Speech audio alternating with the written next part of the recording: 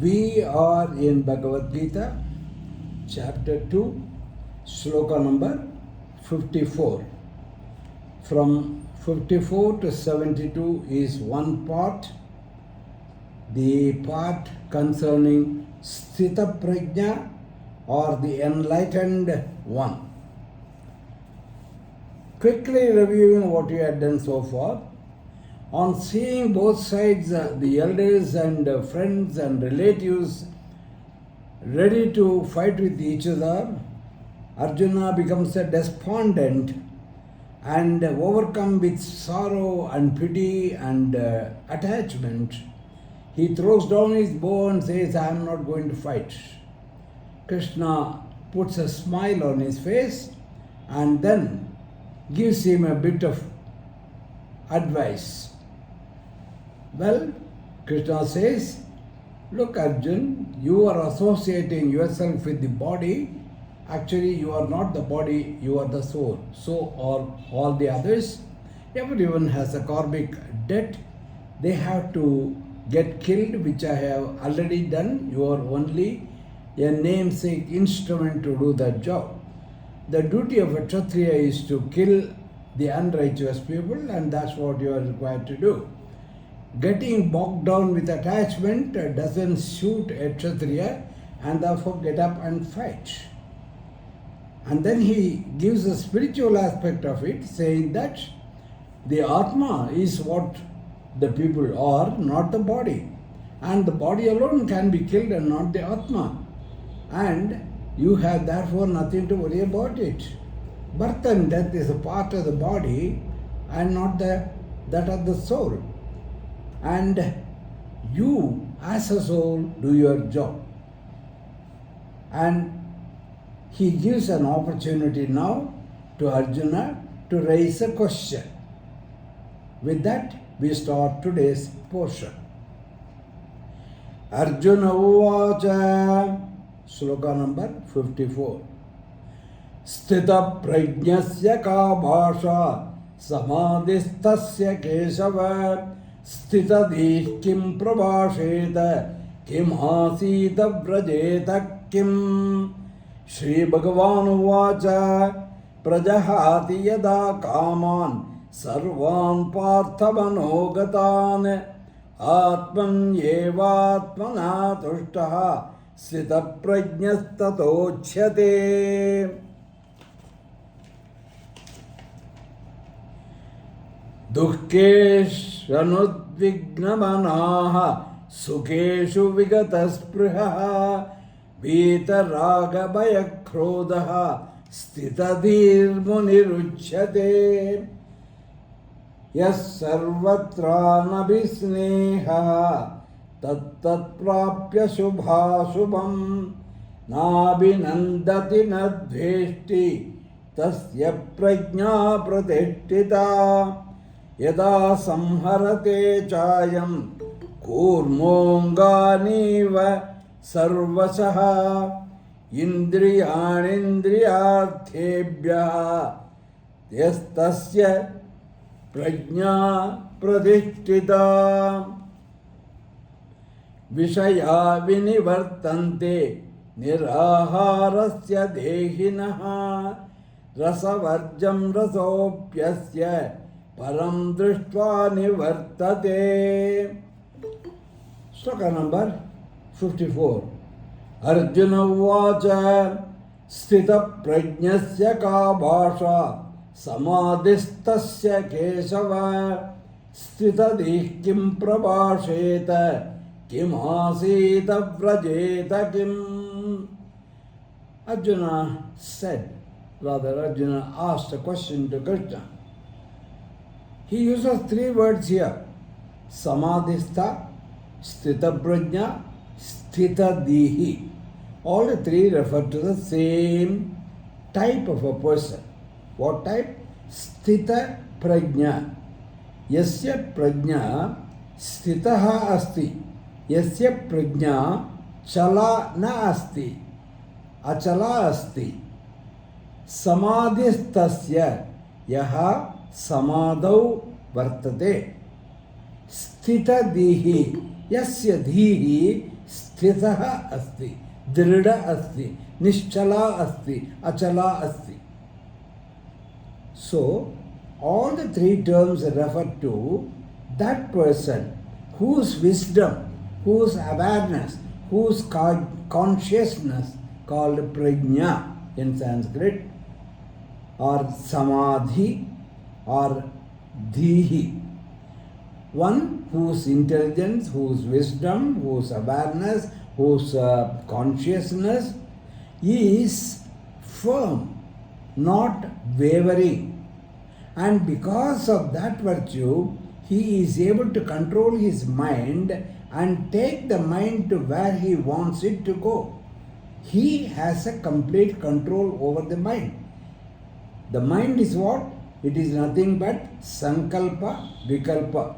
Either it has determined a certain thing, formed an idea about it, a thought based on that, or a vikalpa, some differences, some not tallying things, some doubts, and based on that some thoughts. It is mind is nothing but a cloth of thoughts. Just as the cloth is made out of the various strands, the mind is also made of various thoughts. One who has a control over the mind removes all the thoughts from his mind. What happens when in an ocean you remove the waves on the top and the foam on the top? You find a still mass of water. But that water is covered by waves and the foam on the top. Similarly, our mind, our buddhi, our awareness, our prajna is covered by the screen, the coverage, the top layer of thoughts. When you remove the thoughts, you are able to go and see below what is the thoughts. That is the pure mind. And that is again what? Nothing but the Atma. And the nature of Atma is bliss. Therefore, when you are able to cut out your thoughts by practice, it is not easy, it is very difficult. Nishchalam manah Krishna. So Arjuna says, the mind, my dear Krishna, you are asking me to control, is quite wavering, I can't control it. And Arjuna replies, yes, of course, I know it is difficult. But what is the great in you if you are going to do what is easy? You must do what is difficult. That is your greatness. And that is what a sadhaka is required to do. He has to control his thought so that he doesn't become a slave to the thoughts become a slave to him, to his mind. And if you are able to remove those thoughts which are the top layer of the mind, then you will be able to see the dhi, buddhi, the atma, lying below that. And that is calm, quiet, serene. It doesn't have any waves in it, waveriness in it. And that calm, steady dhi gives you happiness. That is called the bliss of the Atma.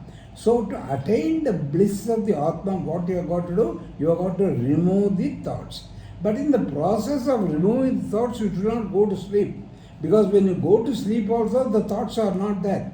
But then your awareness is also gone. You are asleep completely. That should not happen. In a samadhi, as in sleep, the thought should vanish.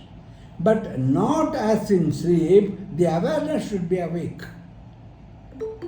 He should know that he has gone outside the wariness, the attachments, the temptations, the fear, anger, every emotion whatsoever, and gone down into the Atma. He should be aware of it. That is samadhi. When he is not aware of it, that is sleep. That is why in both the states, the mind goes to a turiya state. The state of calm, serene, wonderful. You say the next day morning, I got a wonderful sleep. What you got a wonderful sleep is you had gone beyond the thoughts, worries, and gone to the bliss of the Atma. That you had done in laziness, in sleep, tamasa buddhi, not in the sattva buddhi. When you do it in tamasa buddhi, it is sleep. When you do it in sattva buddhi, it is samadhi. Therefore, one who has reached that samadhi, samadhistha, samadau yaha asti, sthita prajna, whose prajna is unwavering, whose awareness or consciousness is serene, calm, quiet. Sthita prajna. Sthita dihi, whose wisdom, whose intelligence has come to a steady state. Our intelligence takes us to various buts and ifs and actions and results, etc., etc. Whereas in a Sthita Prajna's case, all that is quietened and he is in full control of his dhi, of his Atma, of his manas, and thereby reach the Atma and enjoy its nature. What is that? Ananda, bliss. Now, Arjuna wants to know, well, Krishna, you talked about that controlling mind. You said that you must have a control, you must be detached and all those things. I have already killed, don't worry about the death. All that is okay. But if there is a person like that, who has a control over the mind and who is able to remove all these attachments, etc., etc., and you call him the Sthita Prajna, how do you define such a person? Bhasha means definition. How do you define such a person? And how is that man? Is he somebody different from the common man? How does he talk? Is his talk different, or it is the same, or was some peculiarity about it? And how does he sit? Does he sit like every other person? And how does he move about? Or in other words, he says, please describe Sthita Prajna and his characteristics. We are going to see later on, Krishna tells him, he is just like you and I, anybody, any person. Only the difference being control of the mind. Otherwise, you don't expect him to speak something different. The mouth is common and the tongue is common, with that we all speak. What we speak is controlled by the mind. For a common man, there is no control, he talks what he likes. For a man of wisdom, he knows what to talk, what not to talk. So that's the difference. Sthitadihi kim prabhasheta. Kim asita. Asita means staying in a situation. Asita means what? Literally it means sitting. What is sitting referred to here? The sitting referred to here is in a situation, given a situation, how does he stay himself? How does he put himself? How does he behave? How does he act? What does he talk? What does he do? That is the inner meaning of the word sit. Otherwise, sitting, all of us have got two legs and we cross it and sit, or sit on a chair. There's no difference whatsoever in anybody sitting with anybody else. So Arjuna is not asking that. His real intention of asking is, how does he position himself? Sitting is positioning. How does he position himself in a particular situation? And Vrajetakam, how does he walk? Now walking is again the same thing. Here what it means is, how does he move about? How he conducts himself. So that's what Arjuna wants to ask. So in this shloka, Arjuna asks three questions. Sthita prajnasya ka bhasha. What is the definition of a sthita prajna? Samadhistasya, also a person who is in samadhi, or sthitadihi, controlled wisdom, established in wisdom. Kim Bhashite, question number 2. What does he talk? Question number 3.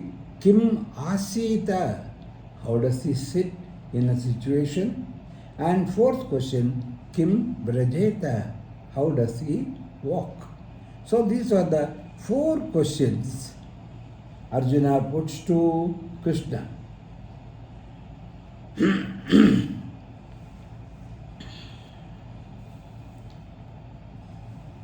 He wants to know the behavior pattern of a Sthita Prajna in comparison with a common man. Moving on, Sri Bhagavan Uvacha. So to his question, Lord Krishna is giving a reply. Prajahati yada kaman sarvan partha manogatan atman yevatmana tushtaha sthita prajnastadochyate.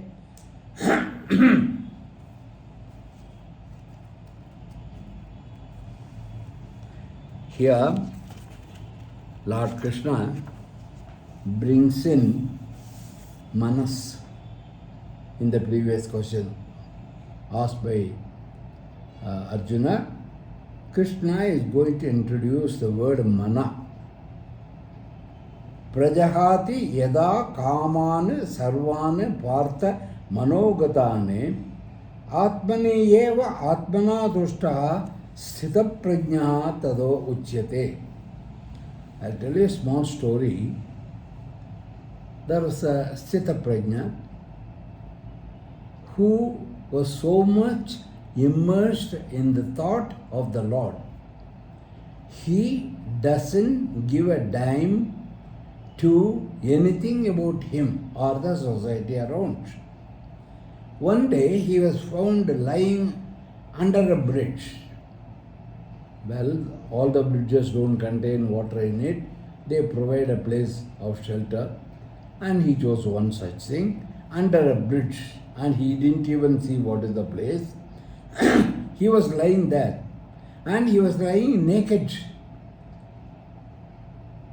When he was seen by different people, they had different comments to make.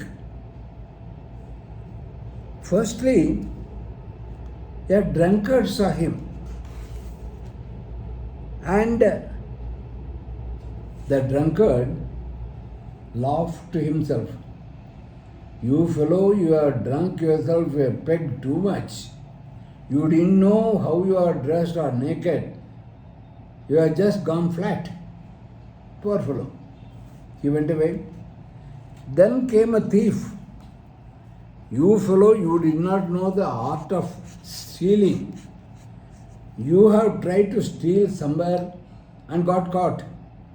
They stripped you naked, beat you and put you here. Poor fellow. He went. Third came a fellow who doesn't sleep in his house in the nights, a womanizer. So he said, you fellow, you have gone to some respectable woman and tried to tease her and tried to play with her. She gave you your dues and removed all your dress and threw you out. You deserve this fate because you didn't know the art. He also went away. What do you see? You see that a thief, his mind is occupied with thieving, stealing, etc. only. So he finds everybody else is also like that, and he talks of this Sthita Prajna as a thief. The drunkard is always overcome with his drink, and he could only think of its effect.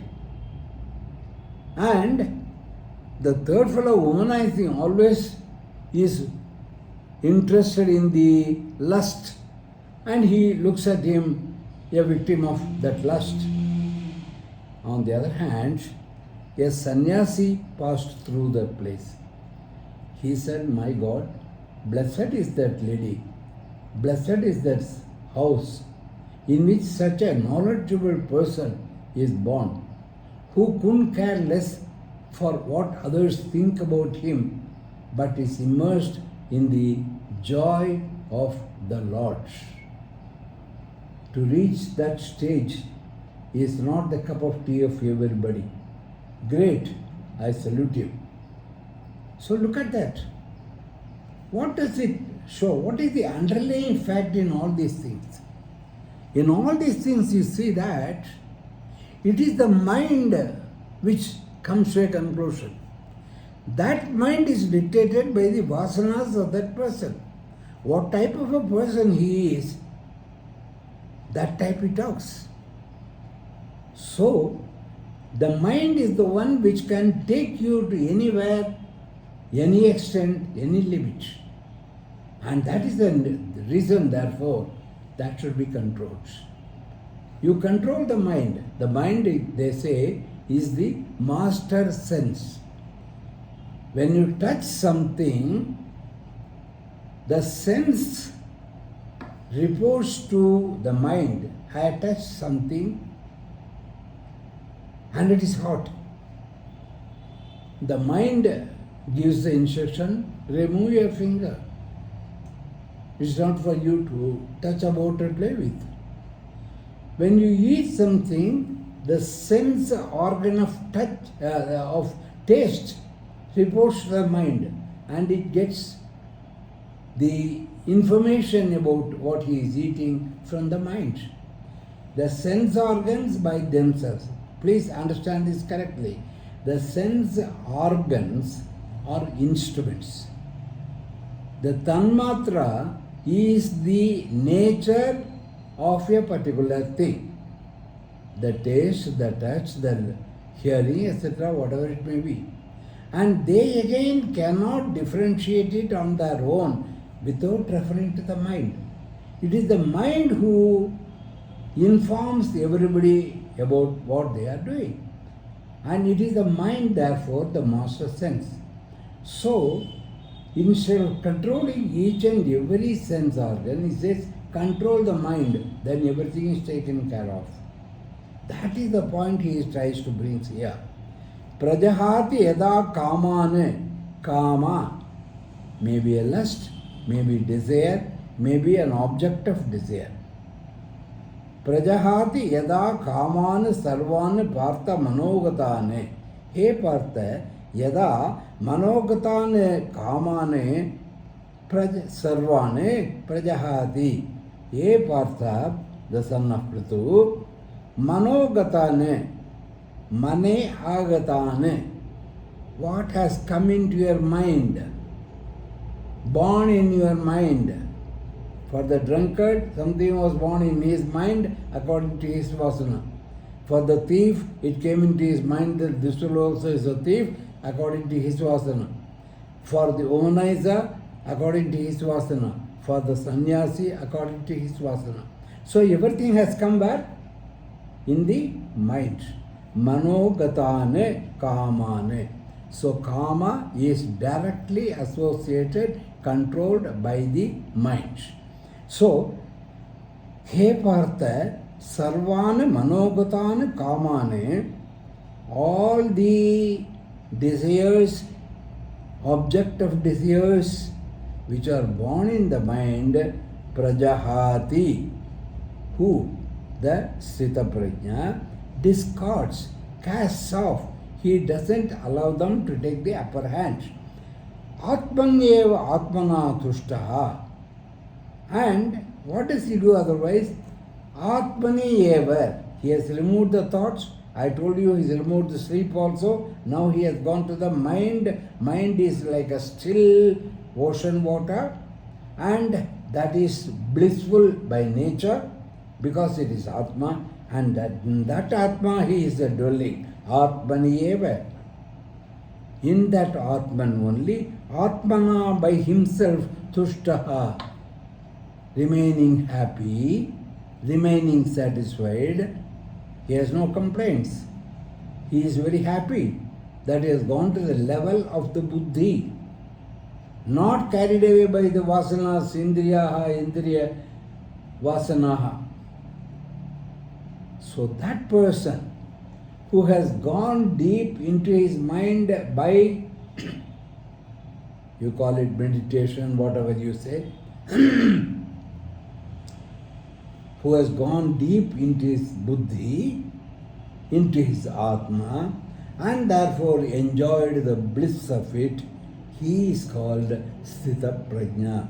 Sthita Prajnaha Tat Uchyate. That person is called Sthita Prajna. When you have a deep sleep, next day morning you say, oh, I enjoyed a wonderful sleep. Why? Because temporarily in Ajnana you have gone to the Atman. And the nature of Atman is bliss. When you take a iron piece towards a magnet, what happens? The nature of magnet is to attract, is give magnetism. So the iron also temporarily gets a magnetism. Like that, the man who is asleep, deep asleep, temporarily goes to the Atman and gets the temporary Atmic effect, that is bliss. And he says, I was pretty happy. So here, a person, by controlling his mind, going deep into his Atma, also gets the same effect and he is very happy. Atmani eva atmana tushtaha. Ataha tasya sthita prajna iti nama. That's what Arjuna says. Sloka number 56. Dukkeshu nudvignamanaha sukeshu vigatasprihaha vita raga bhaya krodha sthitadir muniruchyate.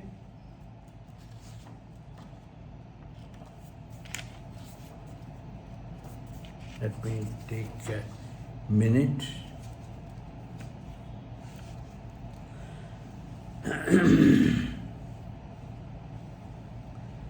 Right.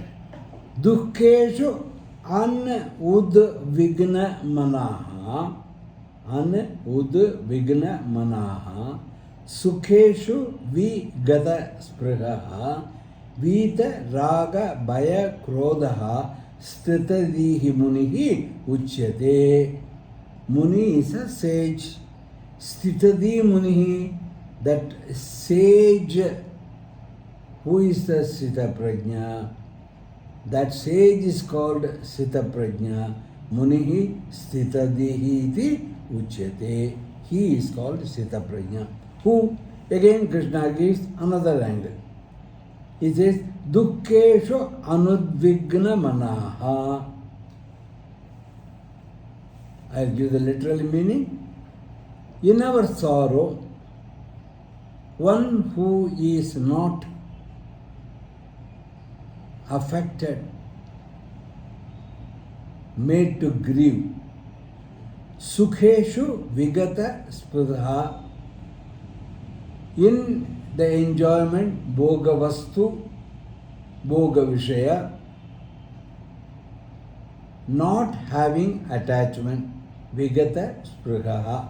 Vigata, not having, spruhaha, attachment. Vita raga bhaya krodha. Vita means free from, removed of. What? Raga, attachment. Bhaya, fear. Krodha, anger. A person who is a Sthitadi Muni, a person is said to be a Sthitadi Muni, enlightened soul, enlightened Rishi, when he is not tossed about by the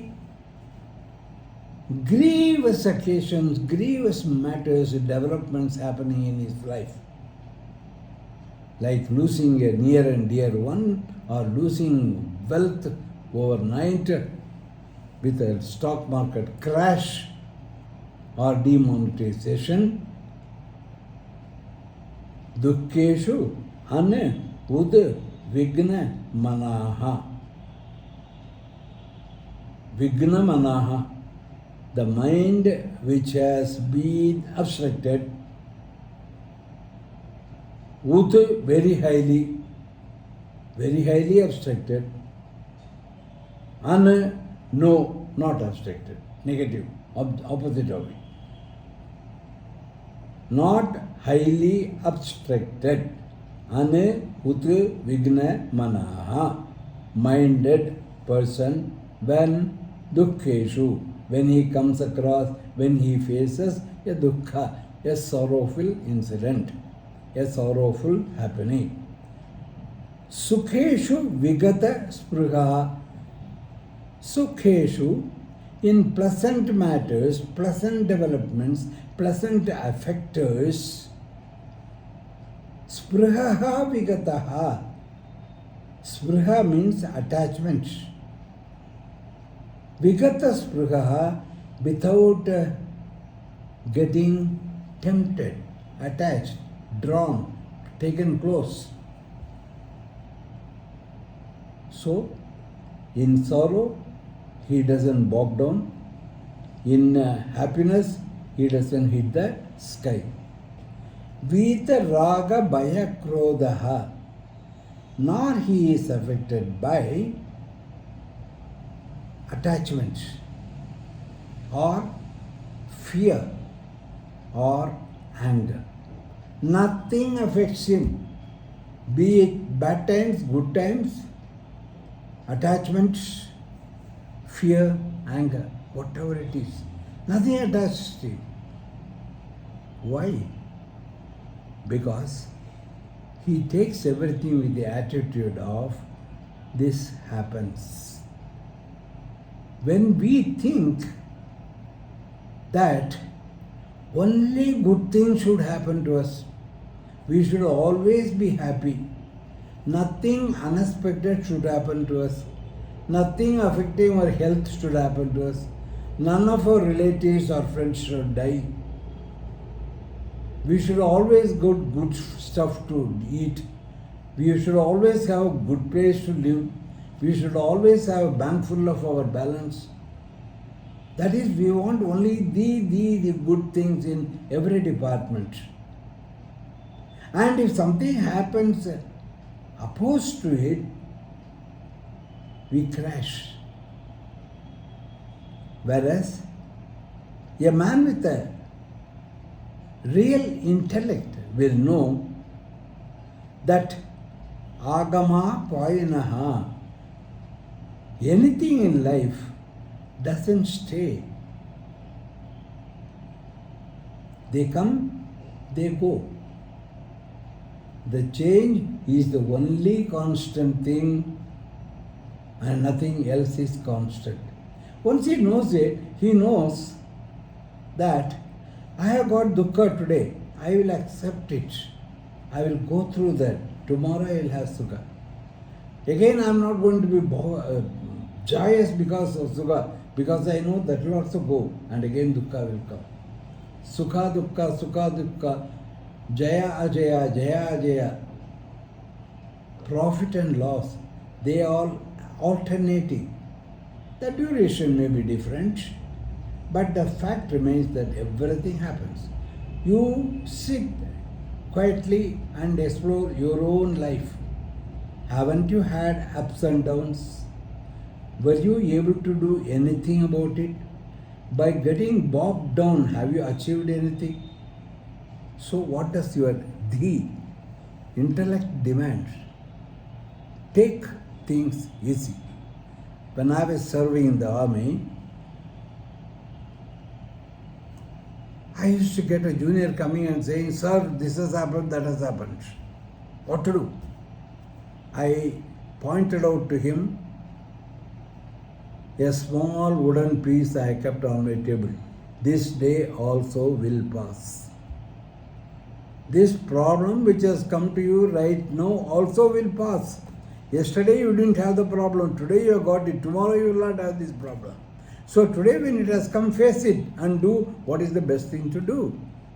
That should be the attitude to life. For that reason, therefore, don't go to a house where some death has occurred and then say, "Come on, take it easy, everybody dies, the Lord said it." No, that is practical approach to life. In practical approach to life,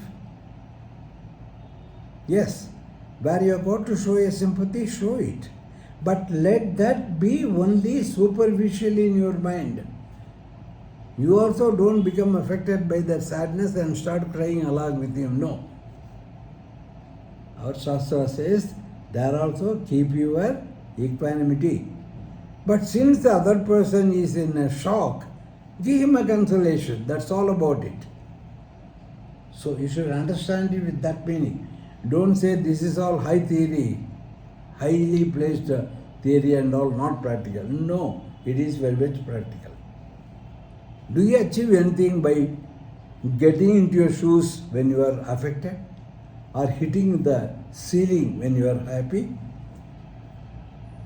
Nothing.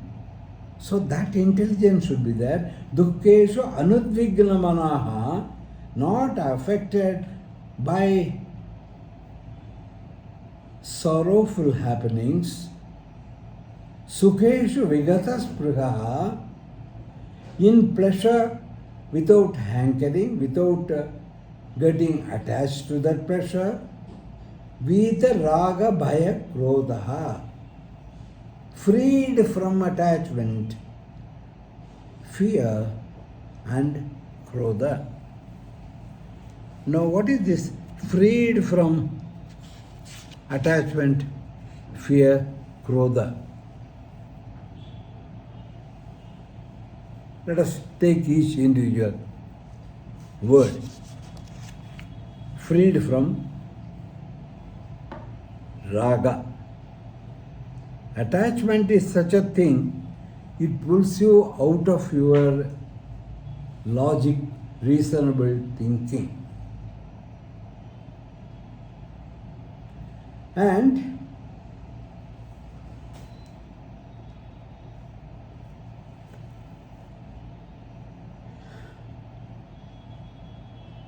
a man of wisdom, he remains unperturbed. You know, when people go to catch elephants in places like Kerala, what they do is they get a female elephant and tie it there in a particular spot. And around that, they dig deep and cover it up with hay and leaves so that the depth is not visible. And then they make a hell of a lot of noise by which the other wild elephants get attracted, and the female elephant gives a scent which the male elephant can realize. And the male elephants are no different from male human beings. They get attracted by the female species. Therefore, they come running, following that smell to the female elephant. And in the process, they fall into the ditch and they are captured. So, their fall has come because of that attachment, raga. The next point Krishna talks about is the bhaya.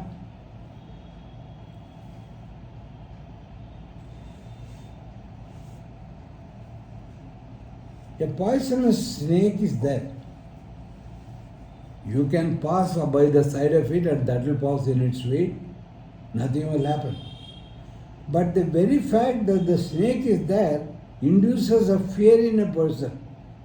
And that is how most of the snake bite cases occur. A sensible man, a wise man, he will not be affected by this type of a fear in life.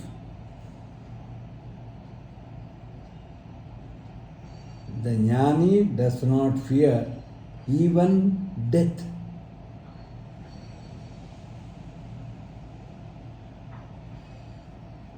Thirdly, anger.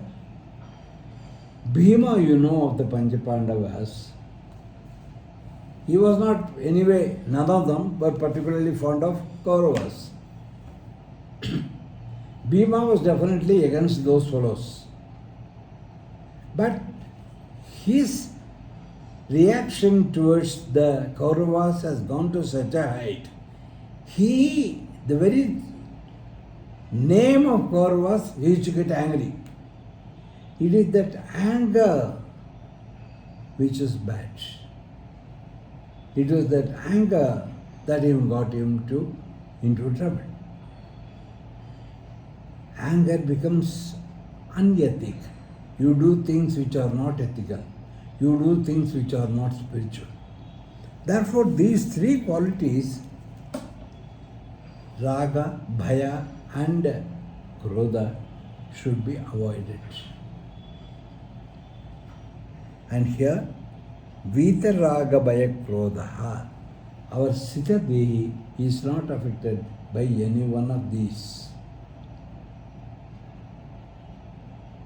For example, in a cricket match, you are doing very well. All of a sudden, wickets start falling. The captain, if he is going to be afraid, and the batsman who come later on is going to be afraid, they will certainly lose the match. But if they cut out the fear and they say, still I got 6 overs, I can do wonders within that, they win the match. So the control over the fear is very much important. Dukkeshu anidvigna manaha sukeshu vigataspruhaha vita raga bhaya krodha sthita dihi munihi iti uchyate. Sloka number 57.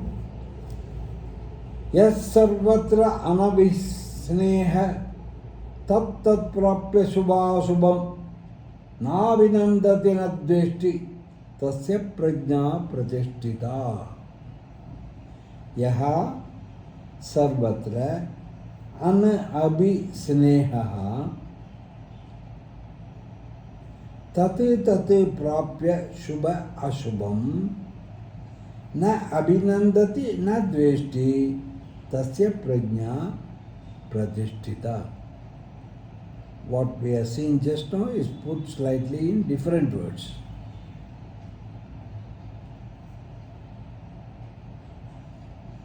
Here it says, a person of wisdom should be able to look at every occurring with an equanimous mind. You stand on a hilltop and look at the valley below. You find nothing but a green topography, all same, no difference from one another. Differences in the greens may be there, one very green and the other one less green, but what he sees is a green spread all over, that's all. If he comes down and goes and see the wood, he will find huge gigantic trees, and by the side a small little sprouting tree, and between the two he will find a creeper and then some useless bush. So there are various things, good and bad, but when you see from the top you find all alike. Similarly, various emotions are there in life. When a wise man looks at it overall, for him they all appear to be same. Good and bad appear to be the same to him.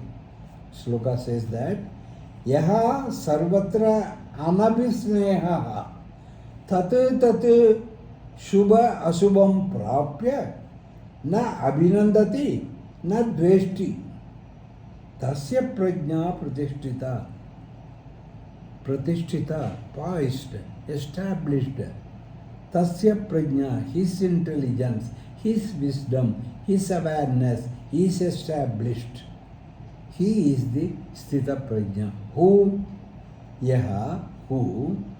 Sarvatra, everywhere. Abhisneha. Abhisneha, attachment. Getting attached. Anabhi, not getting attached. Without attachment. Tate tate prapya, whatever is there, looking at it, experiencing it, going through it. Shubha ashubham, good as well as evil. And on seeing the good, he doesn't become highly elated, happy. On seeing the evil, he doesn't sink to his shoes. He doesn't feel too bad. Shubha, Ashubham, good and evil, na abhinandati. He does not rejoice. Na dveshti, nor does he hate. Why this damn thing has happened to me? How bad, how sad. No such thought. That person is Sthita Prajna. He who is unattached everywhere and who is not delighted or dejected, delighted at receiving something good and dejected at experiencing something unpleasant. That person is, why is he behaves like that? He behaves like that because he is poised in wisdom. He is stationed in wisdom. This answers question number 2. What does Arjuna ask? Sthitadihi kim prabhasheta. How does he behave in a situation? In a joyous situation, he doesn't over-elated, he is not over-elated. In a grievous situation, he is not too sad. He behaves in such a way, says Lord Krishna.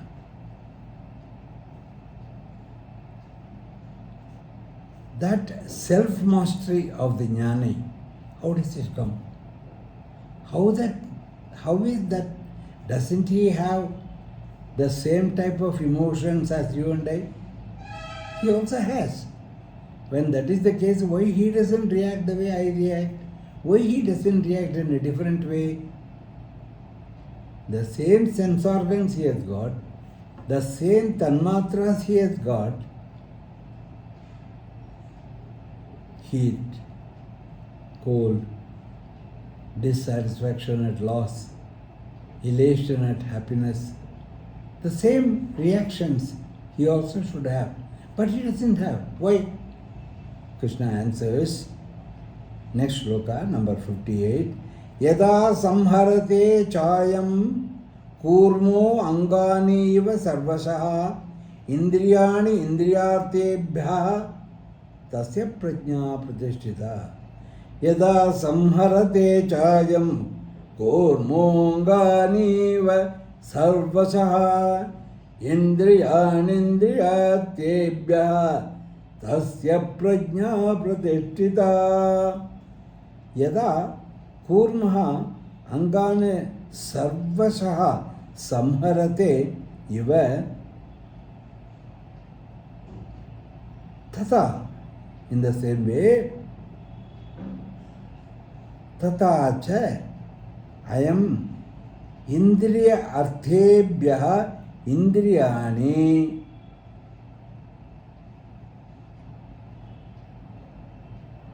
samharate.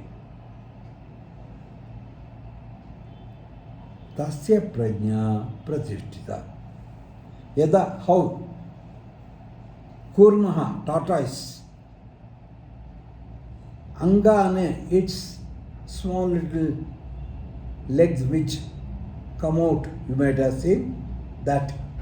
Angane, Indriyane, Sarvasha, all of them, samharate iva.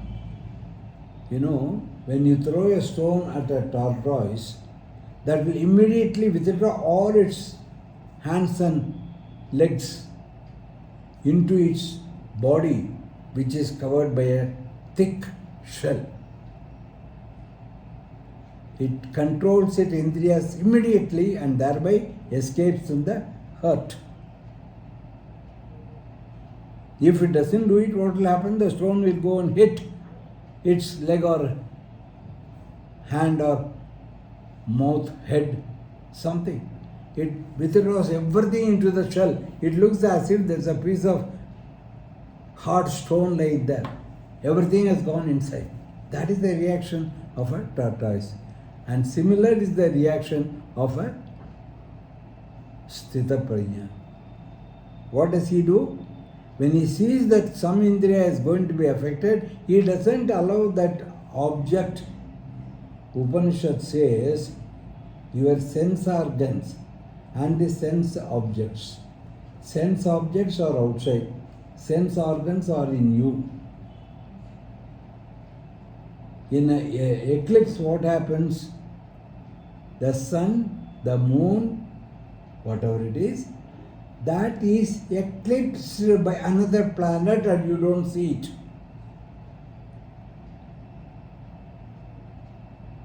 So we call it Grahanam. What happens? That moon is Grahanafied, captured by another planet. And so you don't see the moon. Similarly here, your Indriyas, sense organs, your tongue, your eyes, your ears, your body, etc., they get captured, grahana. They get captured by the external objects. A sweet, a tempting woman, or a wonderful song, whatever it is. They attract and take control of your sense organs, and therefore you say, oh, wonderful song, very beautiful taste. Actually, what happens is a grahana. Just like the sun does the grahana of the moon, here your Indriya is done grahana by Indriya Artha. So that's what he says here. Tata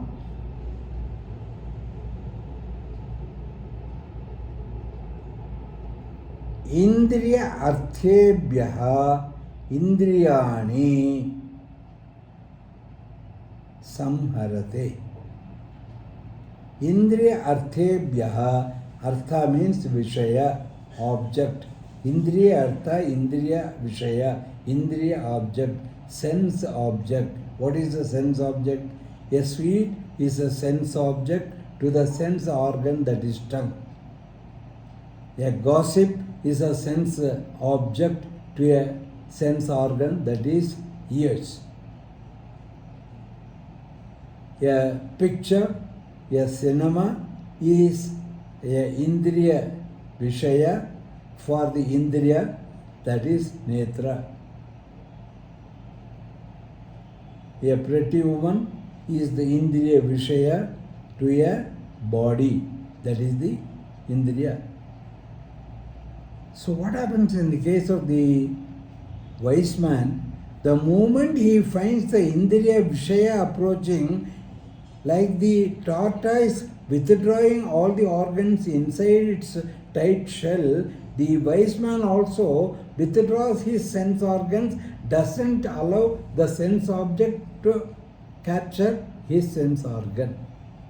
I say again, a tortoise, on seeing a danger, immediately withdraws all its angas into its tight shell, thereby protects it.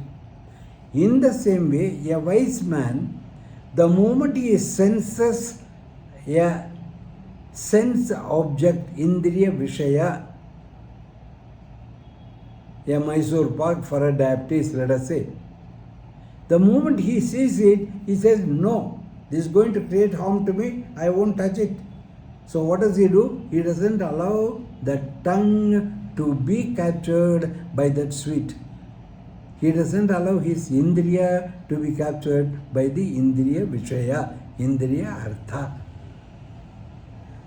Yada, just as Kurmaha, the tortoise, Angane Sarvasaha Samharate Iva. Angana Sarvasaha, always all the sense organs or organs of the body, Samharase, withdraws within itself. In the same way, Yes, Sthita Prajna, what does he do? The moment he sees Indriya Arthebhya, from those sense objects, Indriyani, his sense organs, samharate, withdraws. He is alert to the attraction by the sense objects over your sense organs. Therefore, he controls the sense organs. He uses his his buddhi. Tasya prajna pratishtita. It is his prajna, his intelligence, wisdom is set firm. Right? We will stop at this point. From shloka number 59, we will take it in the next class.